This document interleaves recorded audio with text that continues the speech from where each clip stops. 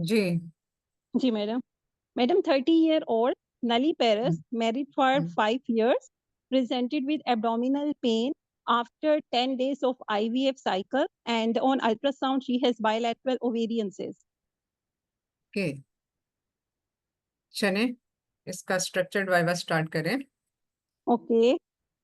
Madam, after mutual introduction, rapport building, and confirming the detail given to me, I will take focus history from the patient. I will inquire about her pain, its onset, duration, severity, aggravating, relieving factor. Either the pain get aggravated with the movement, either she is having any history of sudden, sharp, severe, acute pain, and any history of adnexial pain along with nausea, vomiting, missed cycle, or bleeding. Any history of her shoulder tip pain, any history of urinary frequency, urgency, burning, maturation.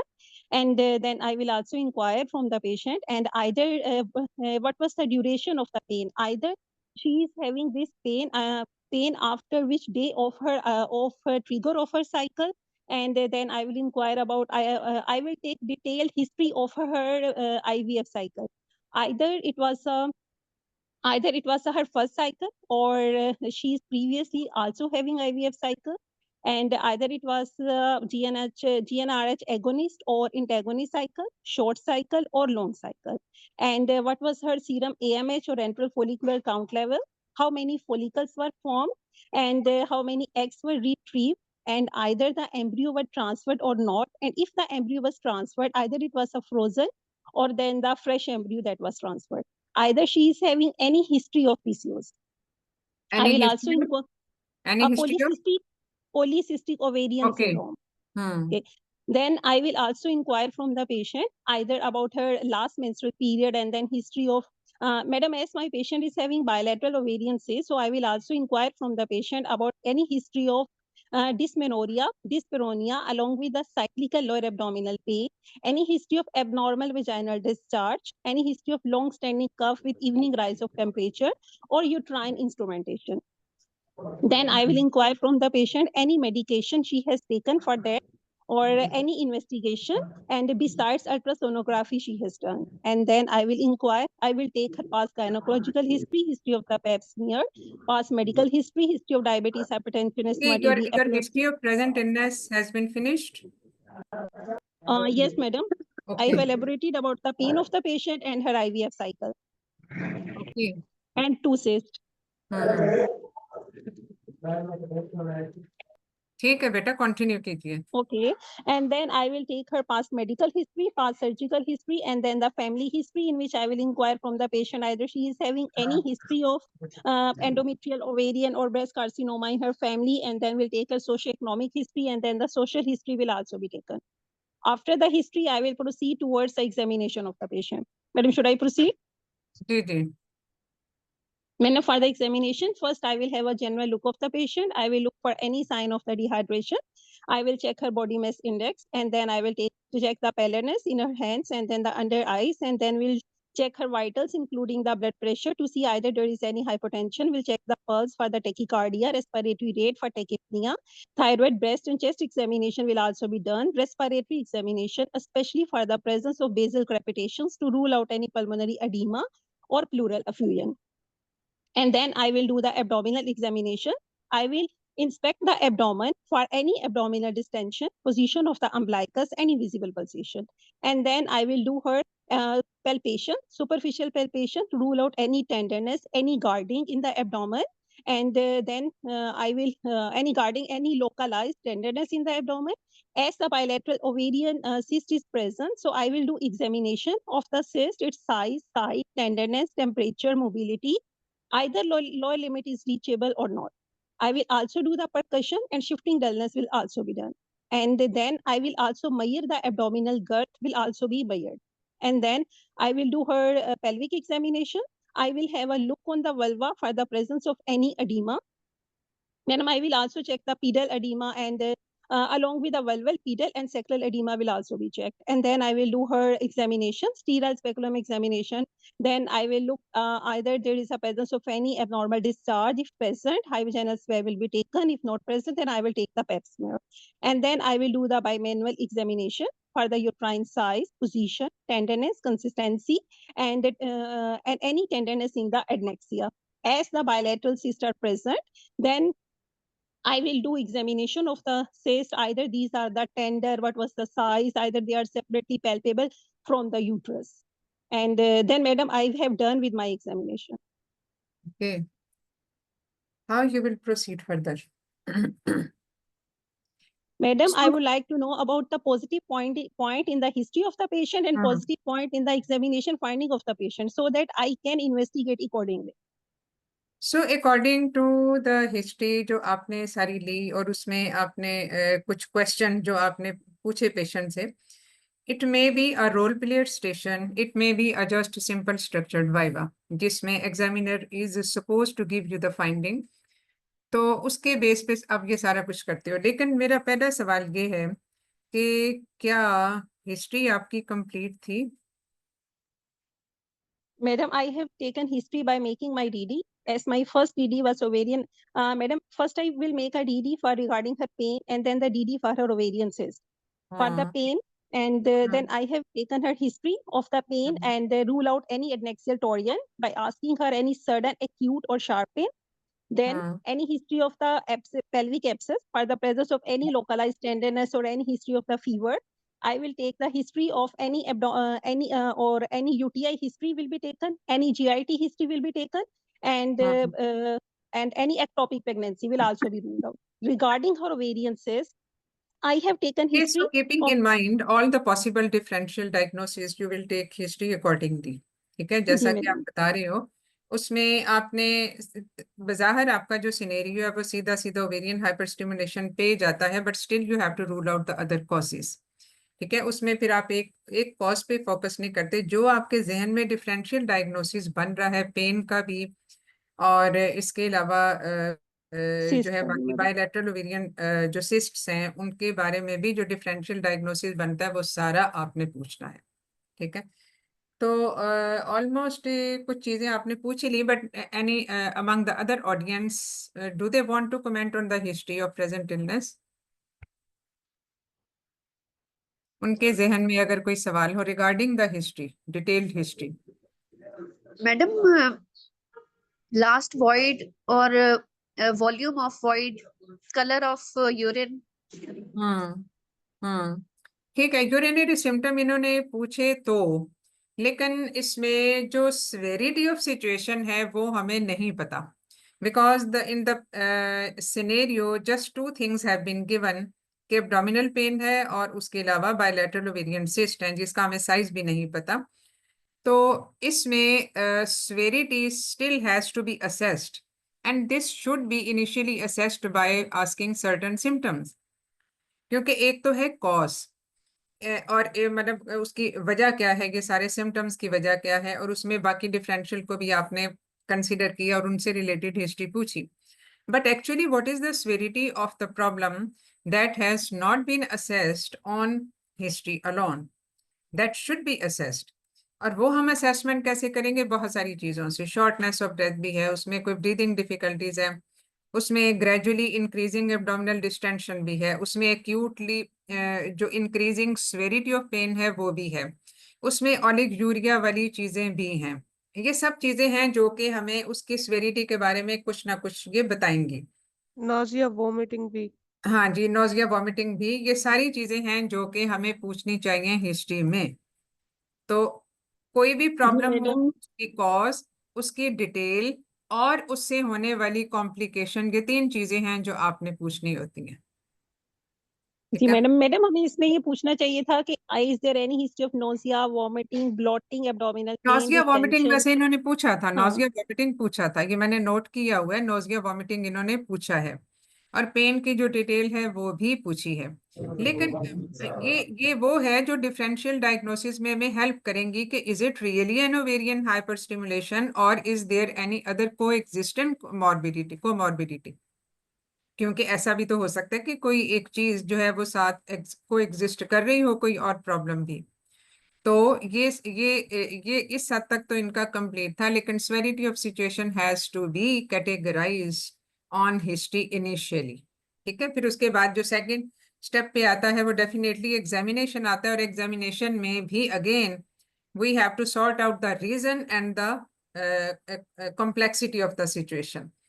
तो ये है जो कि हमने इसमें history और examination पे initially करना होता है। और इसमें जो इन्होंने जनरल फिजिकल एग्जामिनेशन पे भी ऑलमोस्ट इन्होंने बता ही दिया कि उडीमा भी है, फिर उसका डिहाइड्रेशन स्टेटस भी है, ये सारी चीजें हैं जो कि उसमें एसाइटिस के लिए भी इन्होंने सारी परकशन और शिफ्टिंग डलनेस वगैरह वो सारा कुछ की।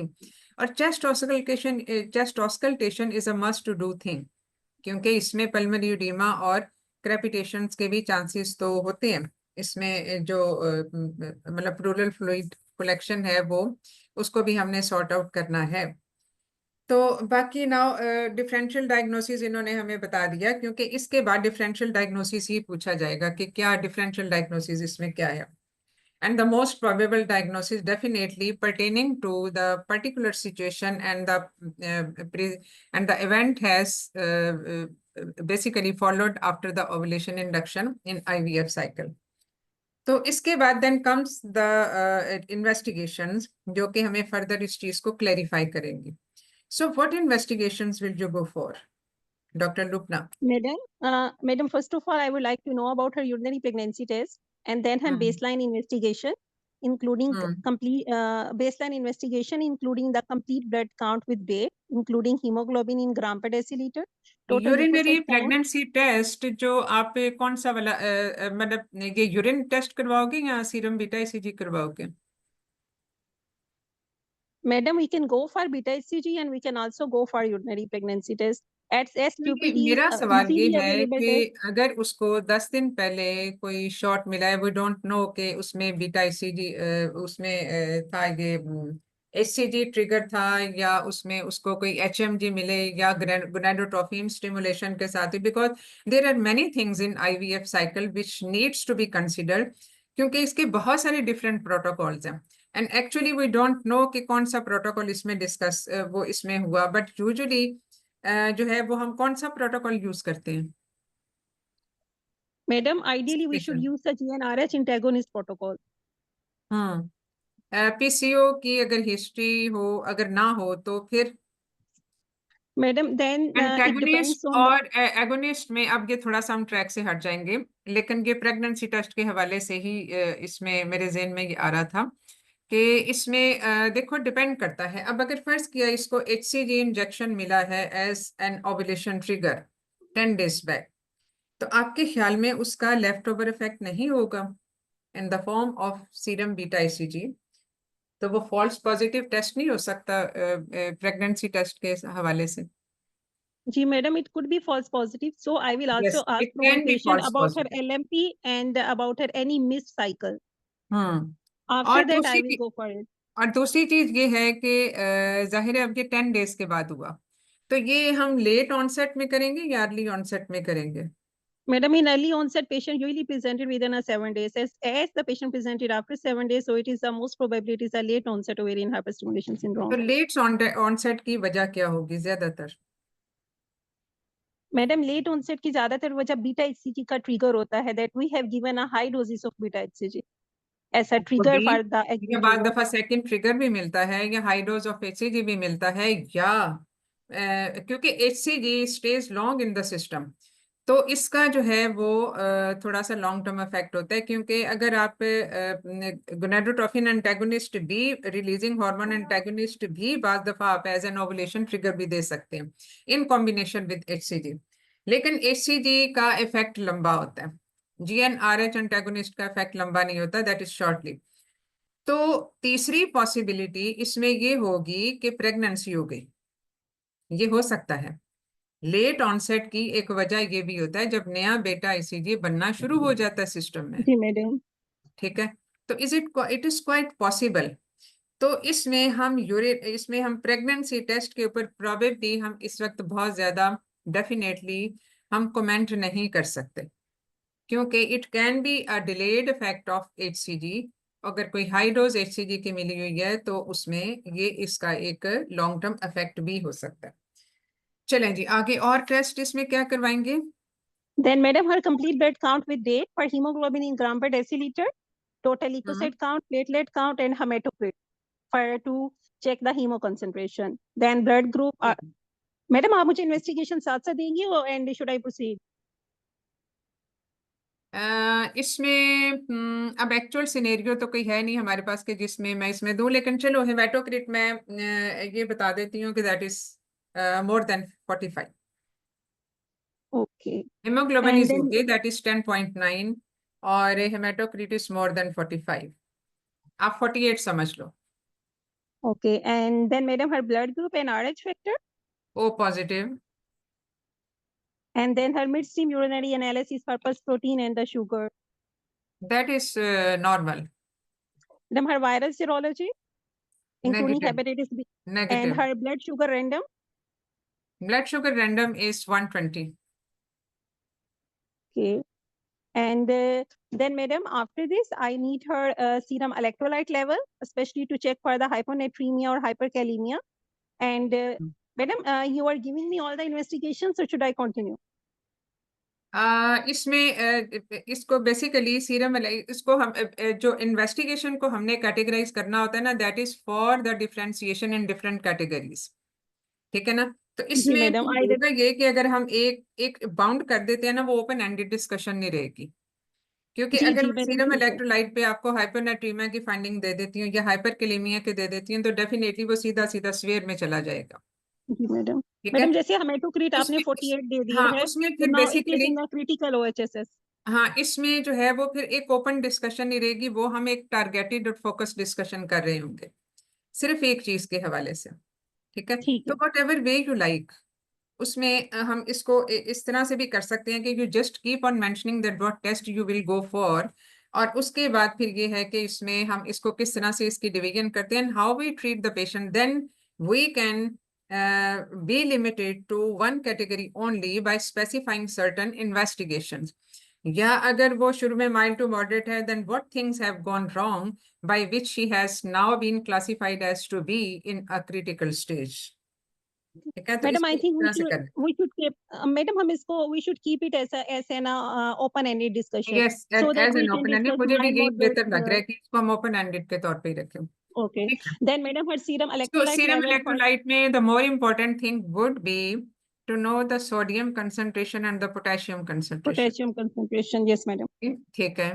Yes, and then serum urea level, serum osmolality concentration, and then I would like to know about her LFTs, especially serum albumin, SCPD, SCOT level, and then her coagulation profile, including the fibrinogen and antithrombin level. And after getting this, I need her ultrasonography done for the uterine for endometrial thickness, for the size of the uterus, position of the uterus, and as a bilateral cyst is given, I would like to know more about the cyst. What was the size of the cyst? And as it is a bilateral cyst, so I would like to know about the what was the thickness of the capsule, either the blood flow was present or not, and either there is a capsule was ruptured, either it is a unilocular, multilocular, what was the thickness of the septa, and either the papillae are present or not present, and either there is a presence of the ascites or then madam, that's it. Okay. Bas, another very important test to do in this case. Yes madam, some other investigations we have to yes madam, some other investigations we have to be done according to the patient presentation, and that included her ABGs, her X-ray chest, ECG level, her D-dimer, and CTPA, but it is according to And the presentation of CRP as and well। CRP. ठीक है? CRP जो है वो basically that is a reflector of the severity of situation. Severity of the disease. ठीक है? तो CRP इसमें वो तो अकॉर्डिंग टू द सिम्टम्स भी हो जाएगा कि जो जो सिम्टम्स का उसमें आ रहे हैं उसके हिसाब से हम उसकी टेस्टिंग करते जाएं, लेकिन CRP इन जनरल पर्सपेक्टिव और ख़ास तौर पे ये माइल्ड से लेके क्रिटिकल तक ये सारी स्टेजेस पे ये इट इज़ इन, मतलब इसको हमने करना होता है। ठीक है? चलें, अब इसको हमने ये करवा लिया। अब now how you will go further, अब इसमें अगला स्टेप ऑफ मैनेजमेंट इसमें आपका क्या होगा? Madam, then after history examination and investigation, I will counsel my patient that she has a diagnosis of ovarian hyperstimulation syndrome, and its management depends on the severity of the disease. Either she is having a और mild, ये diagnosis आपने moderate. कैसे बनाया? जो आपने ovarian hyperstimulation का diagnosis आपने कैसे Madam, बनाया? suspected पेशेंट को diagnosis. बताओ। Madam, It I is clinically suspected based, diagnosis. clinically based as well as, मतलब clinically based का मतलब ये है कि आपने सारी causes rule out कर ली by history and examination। तो इसके जो सारे बाकी clinical stigmas हैं as on history and examination that fits into the picture of ovarian hyperstimulation। Stimulation syndrome. ठीक है, Yes, वो madam. and it is further confirmed by Investigation. lab testing। ठीक है, Yes, तो madam. इसमें आपने अपना डायग्नोसिस कंफर्म करके फिर पेशेंट को ये बताया कि this is a case of ovarian hyperstimulation. Stimulation syndrome. ठीक है, And madam, I will counsel my patient that this is a possible complication of IVF treatment. And I will also counsel her that this is a self-limiting disease and only symptomatic treatment will be given. And Okay. this disease will be settled at after the withdrawal bleed. But in case if she conceived, then due to the endogenous beta HCG level, ovarian hyperstimulation syndrome may get worse. Madam, I will also counsel her about the possible complication of the disease in the form of a tense ascites, abdominal distension, pleural effusion, pulmonary edema, ARDS, and she may needs admission in the ICU, and she may have thromboembolism and the risk of thromboembolism along with oliguria and anuria risk is also there. And the risk of अब इसमें जो ठीक है, sorry मैं interrupt कर रही हूँ, लेकिन इसमें बेसिकली आपका जो ऑब्जेक्टिव है इस सारी एक्सरसाइज का, now though the patient might be supposedly she is in the mild phase, but still we have to monitor few things. और उसमें माइल्ड में तो जाहिर है आपने एक उसको वो सारी कंजर्वेटिव मैनेजमेंट ही चलानी है, but the objective is to basically to assess the progression of the disease. Sometimes it is aggravating, मतलब जरूरी नहीं है कि वो वेव ऑफ हो जाए खुद से ही, क्योंकि इसमें बाल दफा ये एग्रीवेशन के साइन ज्यादा होते हैं। अब एग्रीवेटिंग फैक्टर्स इसमें क्या हो सकते हैं, for which we have to be a little bit more alert? Yes, madam. Madam, I will counsel my patient that my aim of management is to improve her symptoms and to minimize the possible complication and to minimize the progression of the disease. So I will keep her in follow. As she is presented with pain, so I will give her painkiller in the form of a paracetamol or codeine tablet and will avoid the NSAIDs. Regarding the fluid intake, I will counsel her that she should drink fluid according to her thirst level and instead of giving her a fixed amount of the fluid. And I why will we keep are her in giving this follow. advice to her? Madam, we are Why giving we this are advice to the limiting patient the fluid intake in this patient? because, madam, the pathophysiology behind the ovarian hyperstimulation syndrome is due to the presence of vascular endothelial growth factor. There is endothelial damage. Fluid is already shifting in the third space. That's why she is presented with ascites, pleural effusion, and pulmonary edema. So we have to restrict fluid in that case. And So why what is this vascular endothelial growth factor and how it increases the vascular permeability? Madam, this vascular Actually, it endothelial. is. Madam, actually, this is released from the endothelium due to the beta HCG presence, and other cytokines will also be released. No, Along with this is secreted from endothelium of what? madam, जो this is vascular endothelium endothelial of the growth vessel. factor है, endothelial growth factor है, as the name suggests. ठीक है, ये basically कहाँ से secrete होता है और इसका फंक्शन अल्टीमेट क्या होता है? Madam, it is released from the blood vessels. The blood vessels of what structure? Madam, blood vessels of the ovaries. This is basically released as a result of HCG stimulation of the ovarian follicles. ठीक है, और इसका function होता है neoangiogenesis, and it is considered to be, it is basically a protein, it is considered to be a pro-inflammatory marker. क्योंकि देखो किसी भी जगह पे जहां पे इन्फ्लेमेशन हो, जहां पे कोई टिश्यू ग्रोथ ज्यादा हो, वहां पे नेचुरली या जहाँ पे कोई इन्फेक्शन वगैरह भी हो, वहां पे नेचुरली ब्लड सप्लाई बढ़ जाता है, either the vasodilatation of that structure or the formation of the new blood vessel, जैसा कि ट्यूमर्स वगैरह में होते हैं। And this is considered to be, जो वेस्कुलर एंडोथेलियल ग्रोथ फैक्टर है, ये वो वाला है जो एक as a defence mechanism in inflammation in newly growing tissues, और ये हीलिंग प्रोसेस में भी ऐसा हो रहा होता है कि वेस्कुलर एंडोथेलियल ग्रोथ फैक्टर ज्यादा बढ़ जाता है, but as it is a pro inflammatory marker, so it also leads to the increased capillary leakage, जो vascular leaking है वो ज्यादा उसकी हो जाती है एक इन्फ्लेमेटरी मार्कर के तौर पे। अब इसमें यही वजह है कि जो इसकी बहुत जो टारगेटेड थेरेपी होती है किसी भी मेलिग्नेंसी में, वहां पे वेस्कुलर एंडोथेलियल ग्रोथ फैक्टर के जो एंटेगोनिस्ट हैं उनको ट्राई किया जाता है। जब ब्लड वेसल किसी जगह की खत्म हो जाएंगी तो वहां की टिश्यू ग्रोथ भी खत्म हो जाती है और वहां का इन्फ्लेमेशन वाली चीजें भी जो है वो थोड़ा सा स्ट्रीमलाइन होना शुरू हो जाती हैं। So this is a marker, an underline marker of ovarian hyper stimulation. एक टिश्यू है जो बहुत ज्यादा ओवर ग्रो कर गया under the effect of the stimulatory factors which is considered to be HCG। तो चाहे वो इंडोजिनस प्रोडक्शन है चाहे हम उसको एक्सोजिनसली दे रहे हैं, तो इसलिए इसमें जो एक और जितने ज्यादा फॉलिकल बनते हैं उतना ही ज्यादा ये वेस्कुलर एंडोथेलियल ग्रोथ फैक्टर बन रहा होता है ज्यादा। यही वजह है कि नंबर ऑफ फॉलिकल पे डिपेंड करता है स्वेरिटी ऑफ द सिचुएशन भी जो है। तो इसलिए इसमें जितने फॉलिकल ज्यादा होंगे उतनी ही स्वेरिटी ज्यादा होगी। तो इसीलिए इसका ऑटोमेटिकली जो लिमिटेशन होती है वो होती है LH सर्च के साथ।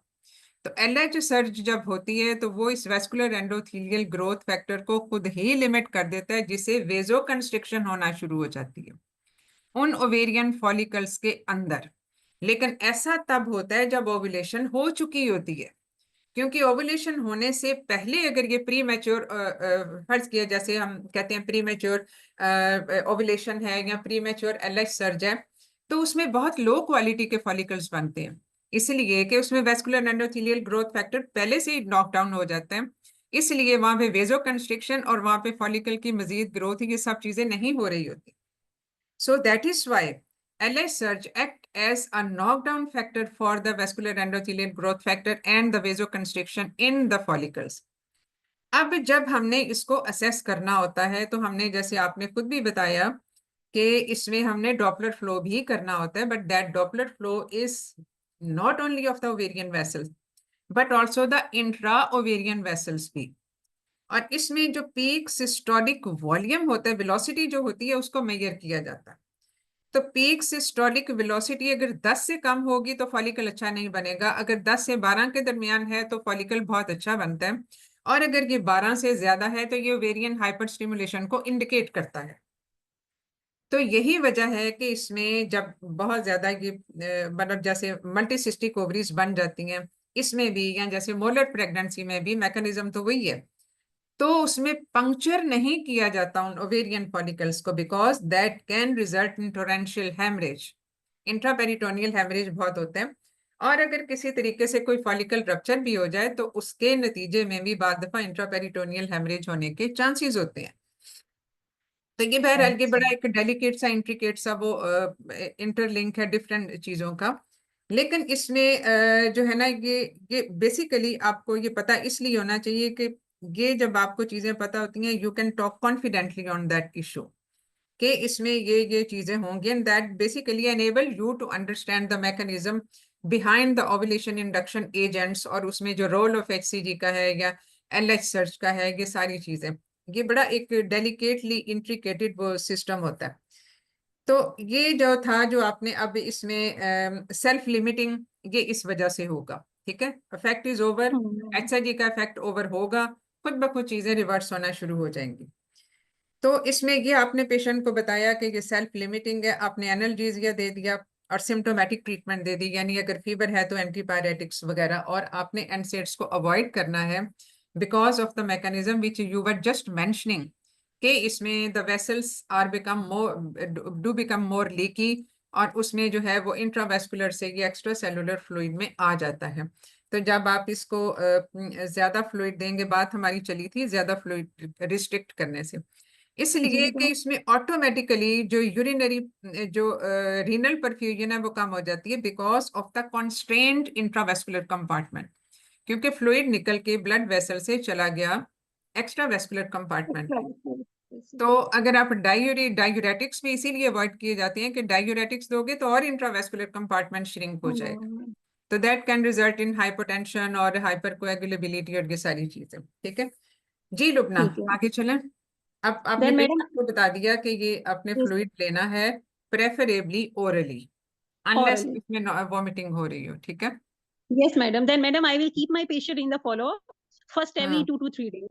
And at हाँ and every follow-up visit, I will inquire about her symptoms. Either there is a symptoms are getting aggravated, any history of shortness of breath, abdominal distension, nausea, vomiting. Either she can lie down comfortably or not. I will also inquire from the patient about the sign of worsening of ovarian hyperstimulation syndrome in the form of either there is an increase in abdominal distension, increase in abdominal pain, हाँ either she is having a abruptly weight gain, and I will also check also about shortness of breath, and then I check her blood pressure to see either there is any sign of hypertension, and will take the pulse to rule out tachycardia. I will, as I have already asked my patient that she should have urination done in a calibrated jar.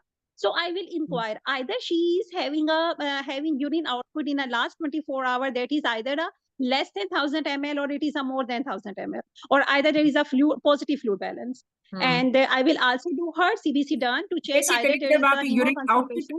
Urine output जब major कर रहे होते हो ना, तो उसको hourly measurement करना ज्यादा बेहतर होता है, बिकॉज मे बी 24 आवर्स में आपने देखा कि 1000 ml आ गया। अब हमें क्या पता इन 24 आवर्स में, पहले इनिशियल 6 आवर्स में तो वो ठीक आया और उसके बाद बहुत कम आ गया, तो ये एग्रीवेटिंग सिचुएशन को फिर उस तरह से रिफ्लेक्ट नहीं करेगा। So it is better to measure it on hour to hour basis, जैसे हम आईसीयू वगैरह में करते हैं कि आवरली मेजरमेंट होती है कि इसमें आपकी पर आवर इतनी मेजरमेंट होनी चाहिए, जो एक क्रिटिकल लिमिट जो है वो 30 ml पर आवर के हिसाब से होती है।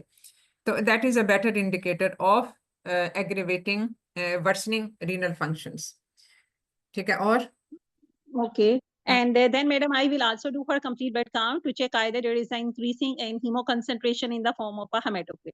I will consult my patient, and if she is having any worsening symptoms of ovarian hyperstimulation syndrome, and if she is unable to take oral fluid due to the nausea, and if her pain is not settled, and if she is having the she cannot take her follow-up, and if she is developing severe or critical ovarian hyperstimulation syndrome, then she needs admission.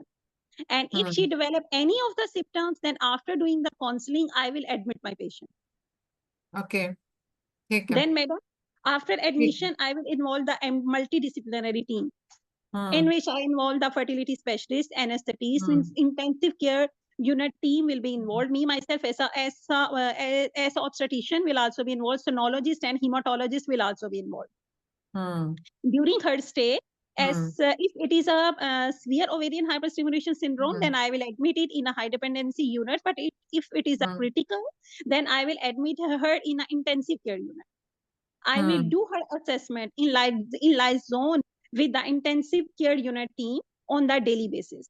I will inquire her about her symptoms in the form either she is developing a shortness of breath, what about her abdominal distension, any tachypnea, and I will check her vitals, either there is a hypotension, tachycardia, tachypnea, what about her urine output, input output record will be seen. And on the daily basis, I will do her investigation in the form of a complete blood count, and in the form of a serum electrolyte, serum osmolality, and her LFTs will also be checked. And madam, depending on the clinical features of my patient, I may need a certain investigation to be done, including her ABG, CCG, X-ray chest, and CRP level. And I will give her symptomatic treatment in the form of analgesia, antiemetics, and antithrombotic treatment will also be offered. I will counsel her, madam, I will give her fluid according to her thrust. But if I see that the urine she is in the oliguria less than 30 ml per hour, or she is developing a anuria, and despite the adequate fluid replacement and in the form of a oral therapy, I may need to give her IV fluid. Preferably, it should be given in the form of a colloid. and albumin, but we can also give her crystalloid Why preferably in the form of colloid, albumin? because madam Is colloid there is a cut-off limit of serum albumin when you will decide to give her colloids? madam it is less than 2 milligram per kg शायद madam limit नहीं But याद है in मुझे case of ovarian Less than hyperstimulation, this 35 rule gram. doesn't apply. So in case of ovarian hyperstimulation, because serum albumin is one of the marker of liver functions. So if it decreases below 3, Below then especially if after below 2.5, then you can give it, because this will basically help to retain the fluid inside the vessels by increasing inside the the vessel oncotic pressure. oncotic pressure क्योंकि जब renal जब oleic urea correct नहीं हो रहा होता by giving all of this fluid therapy and the serum albumin is also low, so in that case it will help. Otherwise albumin is not considered to be the first line option because of its associated risk factors. तो उसको हम उस condition में देते हैं जहां पे ये कंडीशंस अप्लाई होती हैं, when oleic urea is not recovering, तो वहां पे फिर आप इसको ट्राई करते हो in order to increase the intravascular compartment and intravascular volume by increasing the oncotic pressure. ठीक है, फिर आप उसको इस तरह से लिमिट कर दो.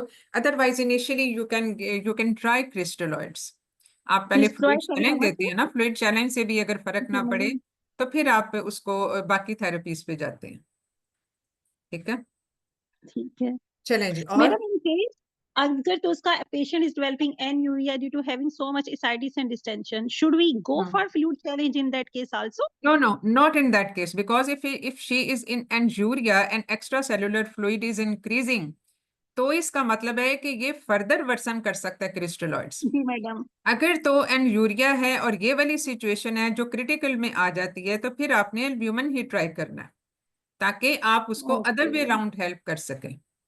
क्योंकि मकसद, क्योंकि आप जो भी फ्लूइड दोगे, बिकॉज एज द जो ऑनकोटिक प्रेशर है वेसल्स के अंदर वो कम है, इसलिए फ्लूइड उसके अंदर रिटेन रहेगा. What ever will go inside the vessel will go out of the vessels. तो ये उडीमा को मजीद वर्सन कर सकता है. अब हम डायूरिसिस तो उसको दे नहीं सकते क्योंकि वो और मजीद उसको श्रिंक करेगा. ऐसी सूरत में फिर आप उसको उसका you try to shift the fluid back into the vessel, और वो तब ही होगा जब वेस्कुलर ऑनकोटिक प्रेशर ज्यादा होगा जो वाटर मॉलिक्यूल को अपने अंदर खींच ले. क्योंकि जहां पे ऑनकोटिक प्रेशर ज्यादा होगा फ्लूइड तो उसी तरफ मूव करेगा. So this is a way to retain the fluid inside the vessels. Okay, madam, can we try the Hemacil also? नहीं, हेमैक्सिल देखो, हेमैक्सिल ज्यादातर हाइपोटेंशन में, और हाइपोटेंशन की पैथोलॉजी भी तो इसमें देखो ना, इसमें तो सिर्फ फ्लूइड कंपार्टमेंट्स का डिसऑर्डर हुआ है. फ्लूइड में कमी नहीं है. मतलब this is not hypovolaemia itself. ये तो बेसिकली जो डिसफंक्शन है ना फ्लूइड के डिफरेंट कंपार्टमेंट में डिस्ट्रीब्यूशन का, ये वो चीज है. क्योंकि मैडम रेडीली तो हमारे पास एल्ब्यूमिन अवेलेबल नहीं होती. नहीं, एल्ब्यूमिन इतनी भी अनअवेलेबल नहीं है, अवेलेबल तो हो सकती है. तो बेसिकली ये ज्यादातर हमें स्वेयर और क्रिटिकल स्टेज की ये रिक्वायरमेंट हो जाती है, बन जाती है एल्ब्यूमिन जो है. ठीक है, या फिर इसमें डेक्स्ट्रॉन 70, ये वाली बाकी सारी चीजें कुछ और भी होते हैं HES के नाम से जो आते हैं, तो ये भी एनकोटिक प्रेशर को बढ़ाते हैं, तो उसको भी ट्राई किया जा सकता है. So definitely you will take help of the जो मतलब जो क्रिटिकल केयर जो फिजिशियंस होते हैं, ये वो ICU के अंदर ये आपको वो हेल्प करते हैं to decide about the fluid management. But you yourself should know the treatment protocols in such cases. ठीक है, और इसके लिए जो फ्लूइड डायनामिक्स होते हैं उनको अंडरस्टैंड करना बड़ा जरूरी होता है. ठीक है, 3 कंपार्टमेंट्स होते हैं ना, intracellular, extra cellular. Extra cellular में वेस्कुलर और एक्स्ट्रा वेस्कुलर. ठीक है, तो इसलिए उनकी जो ये जो डिफरेंट इसमें होती है ना कंट्रीब्यूशन फ्लूइड्स की, ये बड़ी एक बेसिक चीज है टू अंडरस्टैंड इट. ठीक है, तो इस पे भी कभी थोड़ा सा इसके बारे में भी जरा पढ़ लेना आप लोग. अच्छा, ये तो हो गया अब ये सारा कुछ. Now, अब ये suppose what are the signs of recovery in this patient? Suppose she is admitted in ICU and is receiving all these treatment which we have just mentioned. So what will be the recovery signs in this patient? Madam, we will assess the recovery of the patient by inquiring about her symptoms. Either the symptoms has been resolved or not resolved. Either the patient's pain has been settled, and either she can tolerate the oral fluid. And then in the either her lab investigation is नहीं, also इसमें getting इसमें इसमें improvement. देखो वो तो nausea vomiting और ये pen और ये सब चीजें तो हैं, वो रिकवरी के साइन से ज्यादा जो एक स्पेसिफिक इसमें आंसर होगा ना, वो होगा डायूरिसिस, खुद से Diuresis. उसका यूरिन वॉल्यूम बढ़ जाए, हेमाटोक्रिट कम होना शुरू हो जाता है, ठीक है, हेमाटोक्रिट कम होगा, उसका ओडीमा कम होना शुरू हो जाएगा, एंड रिफ्लेक्सली उसका वेट कम होना शुरू हो जाएगा, क्योंकि एक्यूट फेज में बाज दफा पेशेंट का weight even 2 kg per day के हिसाब से बढ़ रहा होता है, फ्लूइड रिटेंशन हो रही होती है ना ज्यादा, और डिक्रीज इन एब्डोमिनल गर्थ। तो अगर ये रिकवरी साइंस पूछे जाएं तो फिर उसका जवाब ये है। बाकी तो सिम्टम्स तो जाहिर है रिजॉल्व, अगर फर्स्ट की आप उसको पेन किलर दोगे तो पेन तो वैसे ही रिजॉल्व हो सकती है for the time being, so that may not be considered an absolute sign of absolute symptom of recovery. तो रिकवरी में तो आपको सॉलिड चीजें चाहिए कि डायूरेसिस शुरू हो गई, और इसके अलावा हेमाटोक्रिट कम होना शुरू हो गई, एब्डोमिनल गर्थ कम होना शुरू हो गई, और वेट कम होना शुरू हो गया। तो ये सारे रिकवरी साइंस है। अब ये जो मतलब है ओवेरियन हाइपर स्टिमुलेशन के केसेस ज्यादातर तो माइल्ड में ही पेशेंट एंड अप करते हैं, जो कि कंजर्वेटिवली हम मैनेज कर सकते हैं इवन ऑन ओपीडी बेसिस भी, अनलेस के पेशेंट बहुत दूर से आया हो, आ नहीं सकता, मॉनिटर नहीं हो सकता, तो अदरवाइज तो हम ओपीडी बेसिस पे कर रहे होते हैं, माइल्ड भी मॉडरेट भी। अब जो स्वेयर और क्रिटिकल है उसके लिए हमें इन पेशेंट मैनेजमेंट की जरूरत पड़ती है। ज्यादातर जो पेशेंट हैं जो इस ओवेरियन हाइपर स्टिमुलेशन के जो केसेस माइल्ड हैं, वो ज्यादातर माइल्ड फॉर्म में ही प्रेजेंट करते हैं, तकरीबन 1/3 of the cases of all the ovarian जो हाइपर स्टिमुलेशन है उसमें माइल्ड फॉर्म में होते हैं। स्वेयर और क्रिटिकल जो हैं वो तकरीबन 3 to 5% के इतने में होते हैं, इसलिए स्वेयर एंड क्रिटिकल वाले जो हैं वो बहुत ज्यादा होते नहीं हैं। तो usually this patients are managed conservatively और सक्सेसफुली भी। लेकिन इसमें एक चीज ये होती है कि though there is always a risk of ovarian hyper stimulation in some patients undergoing the IVF treatment या ovulation induction in any form, तो इसमें हमारे पास क्या कोई प्रोफाइलेक्टिक मेजर्स होती हैं, एनी प्रिवेंटिव मेजर्स? दूसरा सवाल ये कि suppose this the patient has embryo transfer हो गया और उसके बाद उसको लेट ऑनसेट हो गया, which probably is due to new onset जो है वो ये न्यू ऑनसेट HCG प्रोडक्शन जो है वो उसने उसको मजीद जो पहले से हाइपर स्टिमुलेटेड थी उसको मजीद उसने बूस्ट अप कर दिया, तो ओवेरियन हाइपर स्टिमुलेशन प्रेगनेंसी में हो गई। Now what to do if supposedly this occurs in pregnancy, in a normal pregnancy, क्योंकि मोलर प्रेगनेंसी का बिल्कुल डिफरेंट सिनेरियो है, there we have the choice of just doing suction evacuation और मसला हल। उसमें ऐसा नहीं होता कि उसमें फिर ओविरिस को तो हम बिल्कुल कंसिडर नहीं करते, चाहे वो 10 से 12, बाज दफा ये 25 सेंटीमीटर तक भी चली जाती हैं जो स्वेयर टू क्रिटिकल केसेस होते हैं, but we don't touch these ovaries, हमने सिर्फ उनका ट्रिगर जो है वो हटाना होता है। तो अगर ये प्रेगनेंसी में हो जाए तो उसको हम कैसे ट्रीट करेंगे? जी मैडम आपका फर्स्ट और ये क्वेश्चन था तो how we HCG can to prevent. चलता रहेगा, तो क्या ये ovarian hyper stimulation throughout pregnancy चलती रहेगी? मैडम आपका फर्स्ट क्वेश्चन था कि how we can prevent it, and for the prevention first we will discuss with our patient. It depends on either the patient what about the AMH level, what about her enteral follicular count of the patient, and either the patient is having polycystic ovarian syndrome or not. Then we will discuss with our patient about the protocol that we are offering her. Ideally we should offer her GnRH antagonist protocol, and if we are giving her GnRH agonist, then the short cycle agonist protocol with the minimum dosage of GnRH for the stimulation of the ovaries should be taken. And in a GnRH antagonist protocol, instead of giving her beta HCG trigger, we can give her GnRH agonist trigger. And और ovulation trigger? Yes, madam, for ovulation trigger. So you will not give HCG, you will Yes, give madam. antagonist. We can in antagonist cycle we can give agonist. If I am giving her If antagonist you will cycle, give agonist, then I okay. will give her agonist. And if I am giving her beta HCG, then instead of giving her at a dosage of 10,000 international unit, I can give her at a dosage of 5,000 international unit. Hmm. And the ठीक है. next thing is the costing. And the costing So is my then question is, ठीक है, antagonist cycle में आपने उसको agonist as a trigger for ovulation दिया. जी अब madam, जो ये जो हम अभी भी बात कर रहे थे कि एगोनिस्ट जो हैं या एंटेगोनिस्ट हैं ये शॉर्ट लिव्ड होते हैं, तो will it have an effect on the corpus luteum या ओव्यूलेशन? और ये हम ओव्यूलेशन से पहले देते हैं या क्या करते हैं? हम ओव्यूलेशन से पहले ही देते हैं ना? जी madam, we have to give it before ovulation, because for the ovulation there should be a LH surge. Whenever there is a LH surge, that will lead to the So ovulation. you create an LH surge by giving these triggers, and under that effect ovulation occur. Is it so? Yes madam. ऐसा ही है ना? तो जी अगर ये short lived है beta ये जो है GnRH एगोनिस्ट, तो क्या इसका कोई इफेक्ट होगा ऑन टू द ये जो LH सर्च है या उसमें उसका जो एक इफेक्ट होता है ऑन द कॉर्पस ल्यूटियम, इसका कुछ होगा? madam, it has a short, instead of releasing LH surge in a large amount and has a long term effect, it will have a short term release of LH, and after getting the ovulation done, the effect will goes away. और ovulation के बाद basically इसमें जब हम देते हैं ना short lived GnRH, क्योंकि HCG को हम साथ कंबाइन कर सकते हैं, यानी ये ड्यूअल ट्रिगर कहलाता है, तो HCG को बाद दफा हम इसके साथ कंबाइन करते हैं. क्यों? वो इसलिए कि if the corpus luteum is of good quality, और कॉर्पस ल्यूटियम का काम क्या होता है? प्रोजेस्टेरॉन. और Progesterone. प्रोजेस्टेरॉन का काम क्या होता है?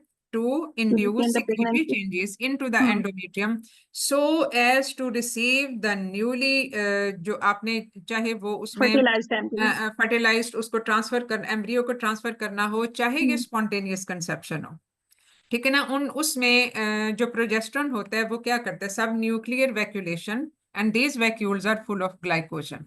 So these Glycogen. provide nourishment to a newly implanted embryo. ऐसा ही है ना? जी मैडम. तो कॉर्पस ल्यूटियम बहुत गुड क्वालिटी का नहीं बनता in the case of a short term trigger. इसीलिए Okay. इसमें HCG is always considered to be the best ovulation trigger, but in those cases आप उसको combine कर सकते हो with the GnRH, and that again depend on के उसमें जो है वो उसमें बहुत सारी चीजों पे इस वक्त तो हम एक ब्रॉड उसमें बात कर रहे हैं ना, लेकिन बेसिकली ये चीज इंडिविजुअलाइज होती है कि where to give the dual trigger and where to give a single trigger, लेकिन HCG हमेशा बेहतर होता है. अब सिंगल जो आपने एगोनिस्ट का अगर आपने सिर्फ ट्रिगर दिया, एक शॉर्ट टर्म ट्रिगर होता है, उसमें कॉर्पस ल्यूटियम को ल्यूटियल सपोर्ट चाहिए होगी definitely to maintain that corpus luteum, तो वो हमें फिर देनी पड़ती है in high dose of progestogens, Progesterone. क्योंकि वो कॉर्पस ल्यूटियम इतना अच्छा नहीं बना कि वो प्रोजेस्टेरॉन सही बना सके, तो इसलिए फिर आप उसको एक्स्ट्रा प्रोजेस्ट्रोजन देते जाते हो, and specially in the form of micronized progesterone, चाहे वो साइक्लोजेस्ट की फॉर्म में दो चाहे वो ओरल फॉर्म में दो, and that has to be continue till the placenta takes over. ठीक है, तो ये इसमें प्रिवेंशन में और क्या चीजें आ जाएंगी? मैडम, एक क्वेश्चन था कि अभी जो हम पेशेंट को GnRH एगोनिस्ट के साथ आपने कहा हमने उसको प्रोजेस्ट्रोजन देनी है, we will start progestogen after the egg retrieval, after the ovulation, after the ovum pickup या आफ्टर Pick up. ओव्यूलेशन, अगर स्पॉन्टेनियस भी है तो उसके बाद. ओके अगर ठीक है, थैंक यू मैडम. मतलब देखो ओव्यूलेशन अगर आप देते हो ना ट्रिगर उसका ये HCG का, तो बाज दफा जरूरत नहीं पड़ती, जरूरत नहीं है. लेकिन जी अगर जी. आप GnRH एगोनिस्ट दे रहे हो तो फिर जरूरत डेफिनेटली पड़ेगी. तो ठीक ये है. फर्क इसमें ये आपको पता होना चाहिए. अगर जी जे जी. हम उस तरह से IVF और उसको इसी के एक्सपर्ट्स तो नहीं हैं, लेकिन ये है कि ये थोड़ी सी एक बेस लाइन मतलब वो है, चीजें हैं जो कि आप एक पार्ट 2 के स्टूडेंट को तो जरूर पता होनी चाहिए. जी. ठीक है. And madam, the next thing is the costing.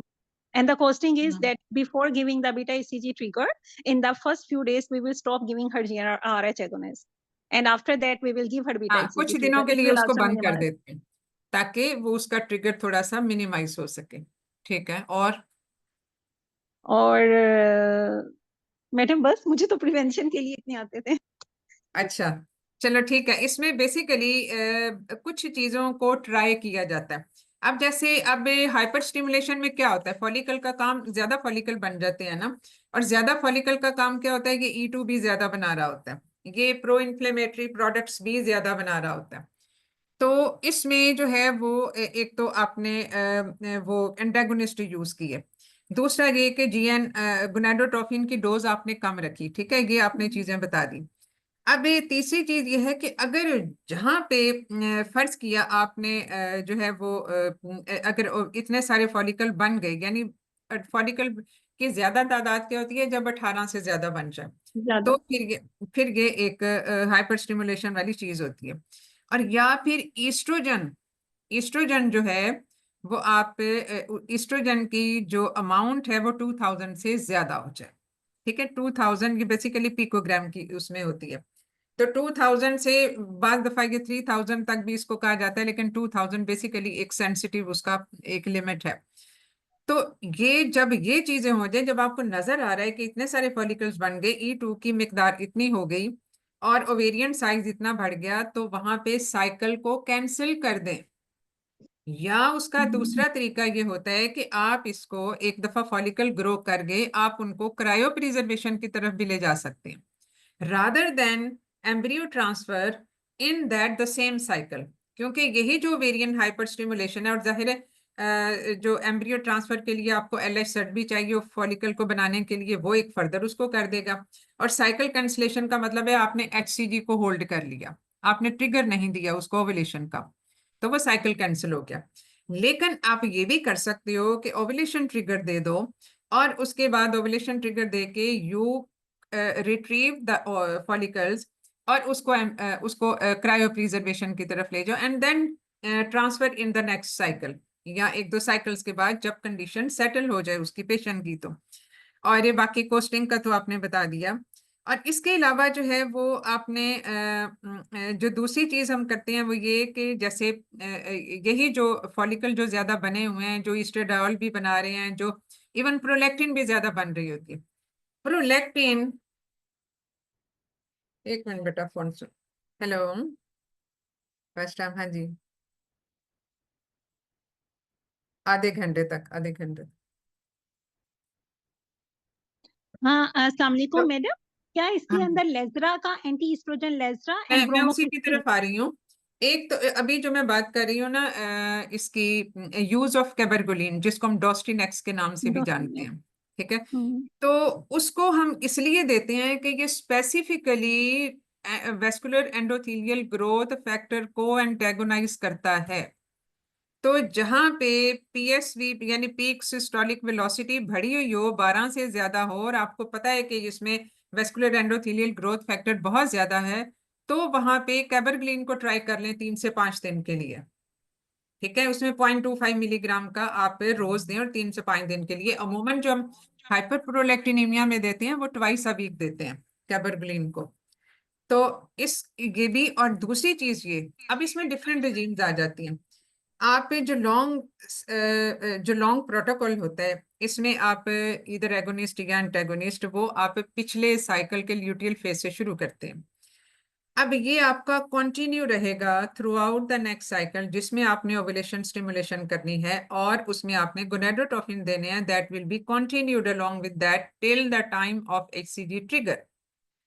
अब उसमें ये कॉन्टिन्यूस भी रह सकता है, GnRH एनालॉग हम उसकी बात कर रहे हैं, एगोनिस्ट या एंटेगोनिस्ट, तो वो आप कॉन्टिन्यूस भी दे सकते हैं लो डोज, या फिर आप उसको एक सिंगल उसके तौर पे भी दे सकते हैं, 2 दिन भी दे सकते हैं। मतलब basically this will depend upon the follicular tracking. So there are so many modifications in the ovulation regimes. लेकिन इसमें जो हम प्रिवेंशन की बात कर रहे हैं, वहां पे रोल ऑफ लेट्रोजोल डस कम, यानी आपने गोनाडोट्रोपिन यूज किए, साथ ही आप लेट्रोजोल भी यूज कर लें। तो लेट्रोजोल का काम क्या होगा, वो E2 की पीक नहीं जाने देगा, और E2 की पीक नहीं होगी तो उसमें फिर ओवुलेशन हाइपर स्टिमुलेशन वाली बात नहीं होगी। ओवेरियन हाइपर स्टिमुलेशन वाली चीज हमने ऑलरेडी उसको नॉक डाउन कर दिया, क्योंकि ये एंटी ईस्ट्रोजेनिक भी होता है लेट्रोजोल। तो क्योंकि एरोमेटेज जो है उसने भी अल्टीमेटली ईस्ट्रोजन में ही कन्वर्ट होना होता है, और ये एरोमेटेज इनहिबिटर है जो लेट्रोजोल है। तो इसमें कैबरगुलिन, ये इसको जो लेट्रोजोल है उसको भी ट्राई कर लें, कैबरगुलिन को भी ट्राई किया जा सकता है। So but this will depend upon the particular situation of that individual patient. तो ये है चीज है। अब बाकी जो इसमें जो और कुछ चीजें आ जाती हैं, इसमें मेटफॉर्मिन का रोल या बाल दफा कैल्शियम का रोल भी इसमें बताया गया, वो थोड़ी सी अभी मतलब इतना उसमें एविडेंस बेस्ड नहीं है। मतलब उसमें इनका रोल डिस्कस जरूर होता है, लेकिन ये अभी नॉट अ प्रूवन थिंग। तो इसमें अभी still has to be evaluated by the further research. तो लेकिन ये है कि जो बेसिकली मेटफॉर्मिन का रोल ज्यादातर तो पीसीओ में ही होता है। पीसीओ को आप ट्रीट करेंगे तो ऑटोमेटिकली ये जो है ओवेरियन हाइपर स्टिमुलेशन का रिस्क कम हो जाएगा। ठीक है, तो ये है जो कि इसमें हम वो करते हैं। इसमें हम बात कर रहे थे प्रेगनेंसी में ओवेरियन हाइपर स्टिमुलेशन होने की, कि सपोज आपने एम्ब्रियो ट्रांसफर कर दिया या स्पॉन्टेनियसली कंसेप्शन हो गई, और उसमें और अच्छा दूसरी चीज ये कि अगर आपने कोई ओवुलेशन ट्रिगर नहीं दिया हुआ, मतलब ये फॉलिकल स्टिमुलेशन भी नहीं दी हुई, ओवुलेशन ट्रिगर भी नहीं दिया हुआ, तो क्या फिर भी ओवेरियन हाइपर स्टिमुलेशन हो सकती है? Madam, without giving any trigger, Madam, I think it can also be happen because we are already giving her GnRH agonist. But if there is नहीं, a हम no कुछ नहीं दे रहे, हमने कुछ नहीं दिया GnRH की, तो ना GnRH दे रहे हैं ना गोनाडोट्रोपिन दे रहे हैं, कुछ भी नहीं दे रहे हैं। सिंपल सपोज हमने क्लोमिफेन दे दिया बस, और इससे ज्यादा नहीं। जी madam, still there is a chances of ovarian hyperstimulation syndrome even with that even with the clomid. ठीक है। क्यों? ऐसे पेशेंट जिनमें किसी without any, even without clomiphene भी, या क्लोमिफेन के साथ जिसमें ज़ाहिर है बहुत कंट्रोल्ड ओव्यूलेशन इंडक्शन होती है, तो उसके साथ भी अगर हो जाए तो इसका मतलब है जेनेटिकली प्री डिस्पोजिशन, जिसमें FSH receptors are overactive. तो वहां पे जेनेटिक प्री डिस्पोजिशन का रोल आ जाता है। तो ये अगरचे बहुत रेयर है, बट दीज कैन अकर। तो ये ऐसा नहीं है कि ये बिल्कुल इम्पॉसिबल हो या कभी नहीं होता, ये हो सकता है। ठीक है, चलो अब now coming back to the pregnancy situation. अब प्रेगनेंसी में हो जाए तो उसको क्या करोगे? Will it last throughout the pregnancy and giving problem to the patients? Madam, then I will counsel with my patient that if she get pregnant with her IVF cycle, then due to the release of endogenous beta HCG level, her ovarian hyperstimulation syndrome may get worsened. And I will say, and similarly, I will also counsel her, but this has nothing to do with miscarriage or with any congenital anomaly in her fetus. However, the risk of preeclampsia and preterm labor is there. I will counsel her that she may need a admission in the hospital. I will admit her and I will monitor her for her symptoms and for the worsening of the disease. I will give her symptomatic treatment and in the form of analgesia and analgesia, antipyretic and antithrombotic treatment, and will kept her record, input output record, either she's developing anuria or oligouria or not. And madam बस हम उसको monitor ही करेंगे, और तो वो नहीं करेंगे। हाँ, वो After करेंगे। असल में consult- देखो, अगर आप उसमें बीटा ICG के कंसंट्रेशन पे जाओ विच अकर इन द प्रेगनेंसी, तो बीटा ICG पूरी प्रेगनेंसी में एक ही लेवल पे तो नहीं रहता। इसकी पीक सिर्फ शुरू में होती है जब तक प्लेसेंटा का काम पूरा नहीं हो जाता, हाँ, और अमूमन ये 12 वीक पे जाके नीचे आना शुरू हो जाता है beta ICG। Around 10 to 12 weeks पे इसकी पीक आती है, और उसके बाद ये नीचे चला जाता है, और फिर एक not touching to the baseline, लेकिन थोड़ा सा इसके जो लेवल्स हैं ये थ्रू आउट प्रेगनेंसी परसिस्ट करते हैं। अब इसमें यही वजह है कि अगर ये ओवेरियन हाइपर स्टिमुलेशन हो जाती है तो उसमें आप इसमें जो है वो ये अमूमन सबसाइड कर जाती है with the in the first trimester, यानी by the end of first trimester it usually settles. Usually ज्यादातर, क्योंकि HCG इसका स्टिमुलेटर है ना, HCG जब कम हो जाएगा तो ये भी सेटल हो जाएगी.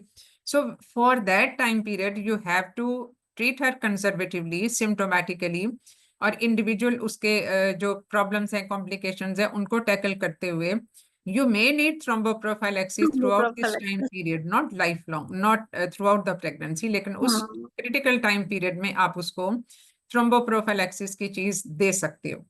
और इसमें अगर उसके बावजूद रिपीटेड कोई थ्रोम्बस फॉर्मेशन हो, थ्रोम्बोएम्बोलिज्म वाली चीजें हो रही हों, तो termination is not indicated straight forward but for life saving measures only.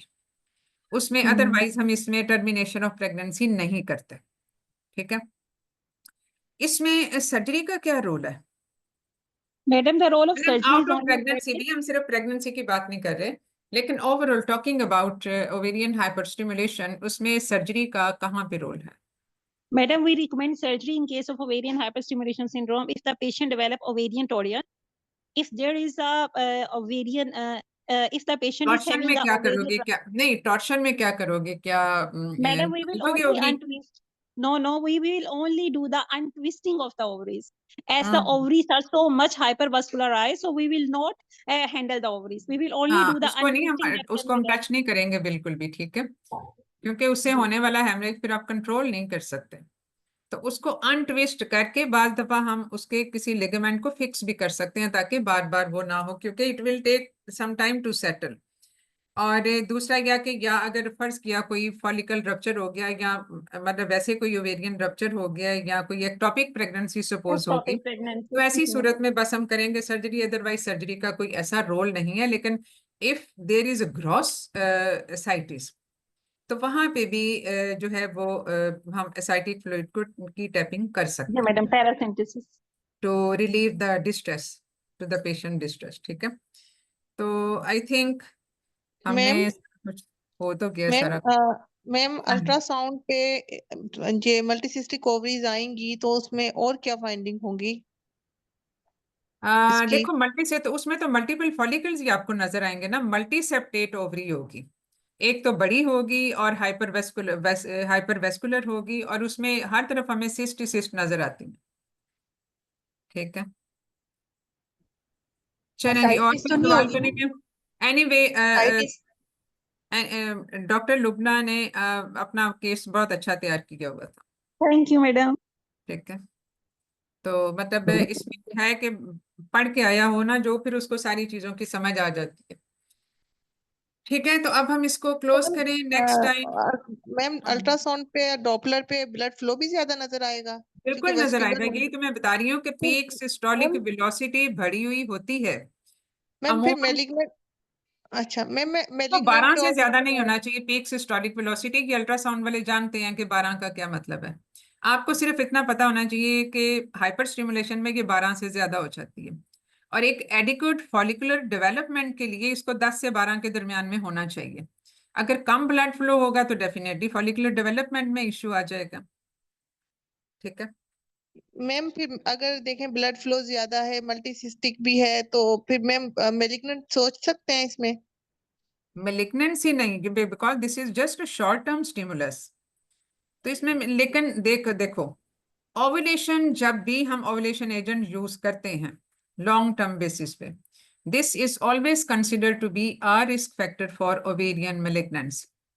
Ovarian hyper stimulation को छोड़ के उसके अलावा, मतलब ये भी जाहिर है ओवुलेशन ट्रिगर ही है ना, लेकिन ये है कि इसमें क्यों, उसकी वजह ये है कि जब भी हम ये ओवुलेशन इंडक्शन हम करते हैं और ओवुलेशन ट्रिगर भी देते हैं, तो उसने उस जगह से जितनी दफा ये जो है ये उसको कैप्सूल को रप्चर करके ही आता है ना बाहर फॉलिकल, जो उस साइट है, तो वहां पे ये this is a continuous trauma to the ovarian capsule. तो किसी जगह पे मुस्तकिल ट्रॉमा हो, वहां पे प्रो इन्फ्लेमेटरी प्रोडक्ट अगर मुस्तकिल रहें, that can become a nidus for the abnormal cellular growth. तो ये उसकी एक वजह बन सकती है. सो ओवुलेशन इंडक्शन ज्यादा, मतलब अब देखो इसमें मसला ये है कि हम हर पेशेंट को एक ही तरह से ट्रीट कर रहे होते हैं, हर पेशेंट को सारी चीजें ओवुलेशन की दे रहे होते हैं. हालांकि हर पेशेंट को एक ही जैसी रिजीम की जरूरत नहीं होती.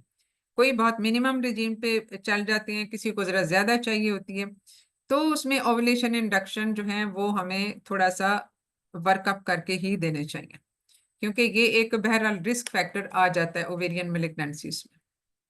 लेकिन एक स्पोरेडिक इवेंट जो है वो तो प्रोबेबली नॉट, जब तक कि ये रिपीटेडली ना हो।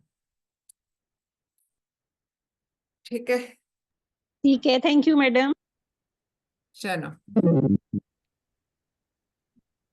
ये और OHSS भी था ना, तो उसकी मॉनिटरिंग फिर हम कैसे करेंगे?